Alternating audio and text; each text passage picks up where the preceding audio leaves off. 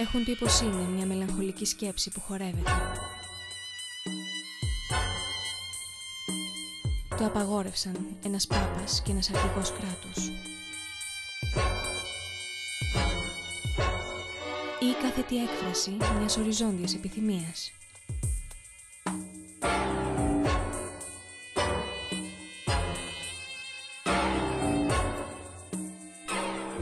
Μια μουσική με κουλτούρα, μελαγχολική, χωρίς να έχει απολύτως καμία σχέση με το μυαλό.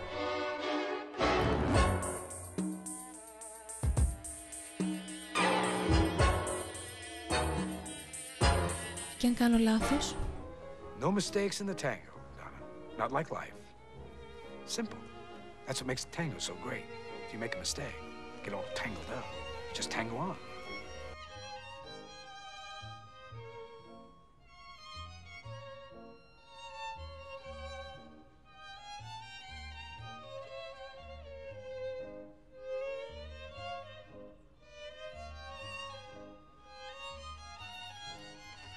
Ένας αυτοσχέδιος χορός, συνδυασμός επιθετικότητας και ερωτικής επιθυμίας, σαν ένας αγώνας επικράτησης ανάμεσα στον άντρα και τη γυναίκα.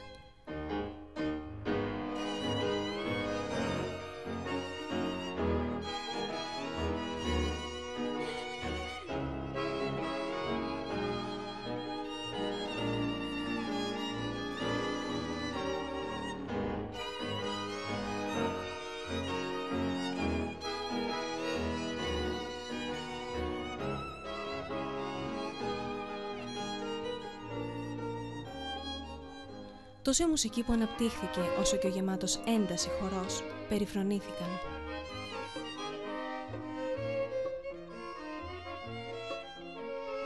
Όταν όμως ο διάσημος Ροδόλφο Βαλεντίνο υιοθέτησε τη μουσική και τον αισθησιακό αυτό χορό στις ταινίες του, έγινε μόδα τόσο στα σαλόνια της Ευρώπης όσο και στην Αμερική.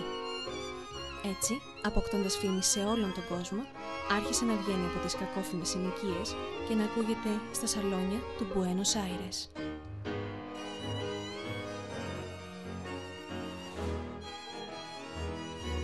Το ταγκό είναι ένας χορός εμπιστοσύνης. No, Red. The man leads. It's the woman's job to follow. Oh, so if he gets to lead, then he's gonna think he's boss? No, but he's not. You see, the man proposes the step. It is the woman's choice to accept by following.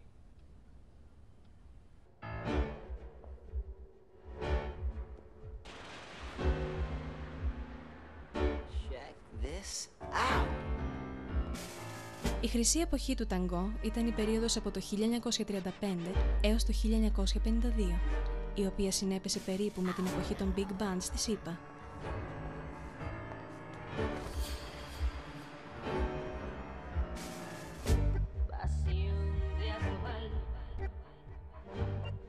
Την εποχή αυτή οι ορχήστρες που έπαιζαν ταγκό έκαναν τις πρώτες τους ηχογραφήσεις και έγιναν γνωστές στο ευρύ κοινό.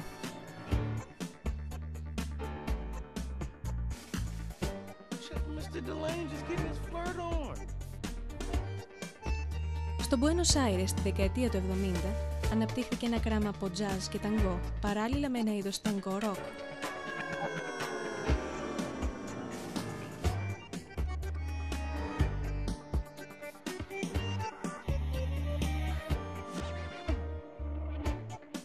Ο Πιατσόλι και οι συνεχιστές του ανέπτυξαν το νουέβο τάγκο, το οποίο ενσωμάτωσε στοιχεία από jazz και από κλασική μουσική και δημιούργησε ένα πιο πειραματικό στυλ. Η εξέλιξη του ταγκό δεν έχει σταματήσει εδώ. Οι πρόσφατες τάσεις μπορούν να περιγραφούν ως ηλέκτρο-ταγκό ή κράμα-ταγκό, όπου οι ηλεκτρονικές επιδράσεις μπορούν να είναι από ανεπαίσθητες έως κυρίαρχες.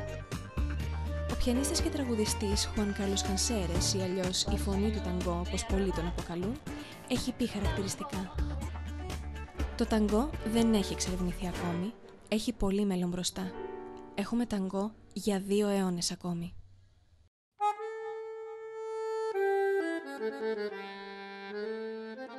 Ένας χορός που ξεχυλίζει από συναισθήματα δεν θα μπορούσε βέβαια να μην γίνει έργο τέχνης.